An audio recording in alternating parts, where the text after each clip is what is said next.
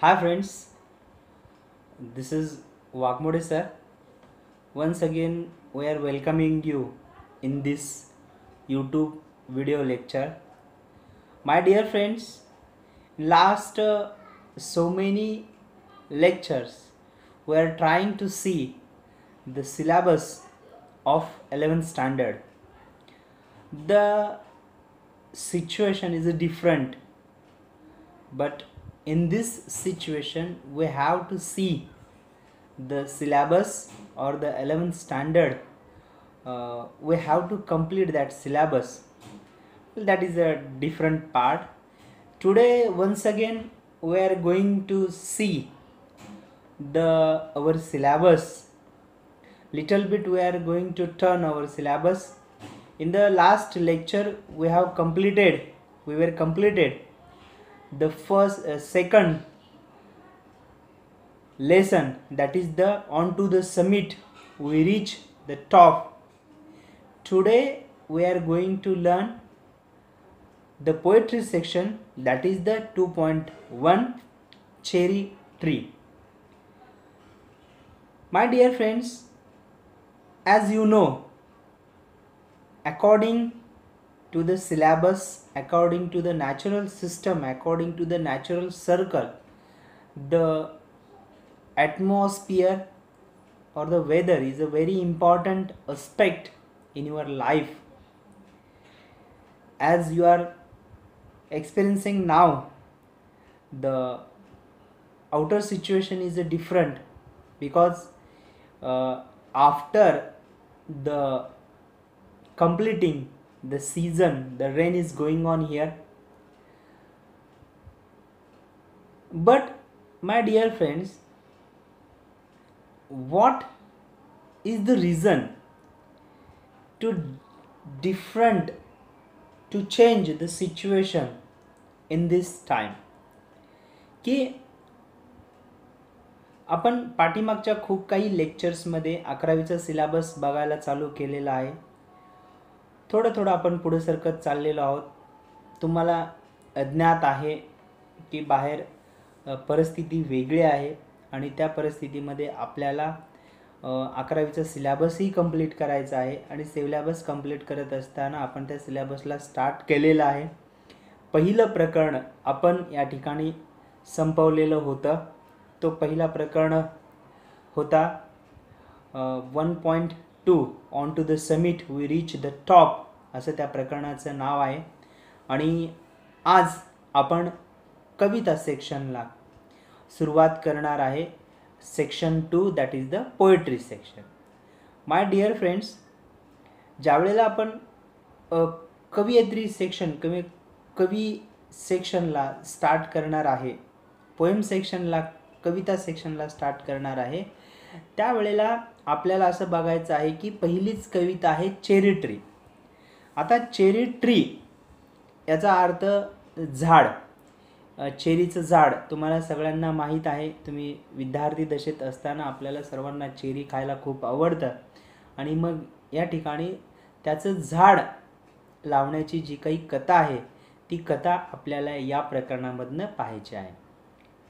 विद्यार्थी मित्र, बाहेर काही गोष्टींवरती तुम्ही जरा लक्ष घातलं असेल तर तुम्हाला लक्षात येईल की सगळ्यांच्या दृष्टिकोनातनं पर्यावरण हा किती महत्त्वाचा आहे.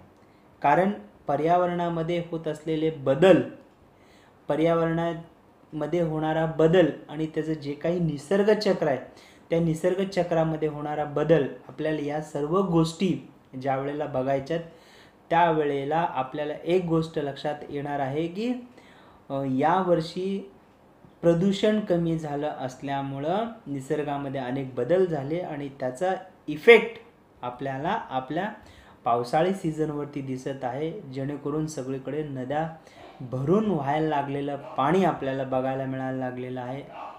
नद्यांना ओढ्यांना आलेलं पूर आपल्याला या ठिकाणी अनुभवायला मिळत आहे. विद्यार्थी मित्र, हा सगळा बदल कसा घडला, काय घडला, आपल्याला सगळ्यांना कल्पनाच आहे. परंतु चेरी ट्री ही जी काही कविता आहे ही कविता अतिशय इंटरेस्टिंग आहे. दिस poem was taught us how to fight against the situation. येणाऱ्या परिस्थितीला दोन हात झगडून, दोन हात करून आपल्याला कसं जगायचं आहे याचा अतिशय छान संदेश ही कविता आपल्याला या ठिकाणी देत असते. विद्यार्थी मित्र हो, परिस्थिती समोर हात टेकणारे खूप आपल्याला बघायला मिळतात, परंतु परिस्थितीशी दोन हात करणारे खूप कमी लोक आपल्याला बघायला मिळतात. आणि ही कविता आपल्याला या ठिकाणी तीच शिकवण, तीच टीचिंग आपल्याला या ठिकाणी देत असते. सगळ्यात सुरुवातीला पहिल्यांदा आपल्याला या कवयित्रीविषयी, या कवी ज्या आहेत त्या कवीविषयी बघायचं आहे. कवी आहेत रस्किन बॉन्ड, जे भारतीय कवी आहेत. बॉर्न इन कसौली असं नावाचं गाव आहे, जे हिमाचल प्रदेश या राज्यामध्ये येतं. आणि त्यांचा जन्म आहे 1934चा, बिफोर द इंडिपेंडन्स, स्वातंत्र्याच्या अगोदरचा असलेला हा जन्म आहे. विद्यार्थी मित्र हो, स्वातंत्र्याच्या अगोदरच्या काळामध्ये जितके काही लेखक होऊन गेले ते सर्व लेखक आपल्याला केवळ एकच लिखाण करताना दिसायचे, ते म्हणजे स्वातंत्र्याच्या, जे काही स्वातंत्र्य आपल्याला कमवायचे, जे काही स्वातंत्र्य आपल्याला मिळवायचे, त्या स्वातंत्र्याच्या सोबतीला स्ट्रगल करण्यासाठी क्रांतिकारी लेखन करताना आपल्याला बरेच लेखक दिसायचे. परंतु हातावरच्या बोटावर मोजण्या इतपत काही वेगळे लेखक होते, जे त्या फ्रेम ऑफ वर्कमध्ये सोडून बाहेर जाऊन लेखन करायचे. आणि त्याच्यामध्ये एक होते जे रस्किन बॉन्ड होते. रस्किन बॉन्ड यांना खरं तर वॉर पोएट म्हणून सुद्धा ओळखलं जायचं, कारण की युद्धकवी, युद्धाच्या काळामध्ये ते जन्माला आलेले होते, म्हणून त्यांना वॉर पोएट म्हणून सुद्धा ओळखलं जायचं. आता इतके मोठे कवी हे आपल्याला कविता लिहिलेली कविता आपल्याला अभ्यासाला ठेवलेलं आहे. It inspire one to fight against to even those who deliberately try to destroy one's efforts to achieve one's dreams. It means एकाचं स्वप्न सत्यात उतरवत असताना दुसरा व्यक्ती येऊन त्या ठिकाणी ते स्वप्न मोडताना जो काही त्याला आनंद मिळत असेल, ते आनंद आपल्याला कुठंतरी थांबवायचा आहे. इट मीन्स आपल्याला खरंच हे काय आहे, म्हणतो ना आपण की बाबा आपल्याला हे स्वप्न सत्यात उतरवायचं आहे. आणि हे स्वप्न सत्यात उतरवत असताना आपल्याला करायला लागणारे जे काही प्रयत्न आहेत, ते प्रयत्न आपल्याला कुठेही थांबता कामा नये. एकतरी पहिल्यांदा ही कविता निसर्गाची आठवण आपल्याला करून देते. जसं की तुम्ही जरा पेज नंबर 65 वरती बघितला असेल किंवा बघणार असेल, तर आईस ब्रेकर्समध्ये पहिलाच प्रश्न त्याने आपल्याला प्रिपरेशनसाठी दिलेला आहे. ट्रीज आर रिवर्ड बिकॉज, की झाडांना आपण एक प्रकारचा आदर देतो, एक प्रकारचा मान देतो, तर ते का दिलं पाहिजे. आणि त्याचं एक पहिलं उत्तर त्यांनी दिलेलं आहे, दे गिव्ज अस जॉय. नाव दे गिव्ह अस जॉय याचा अर्थ ते आम्हाला आनंद देतात. They give us food, they give us shelter, they give us original oxygen or the just type of an oxygen. They give us even food, they give us fruit, they give us the shadow or different type of, even after the time they gives us a furniture who were become from their wood also.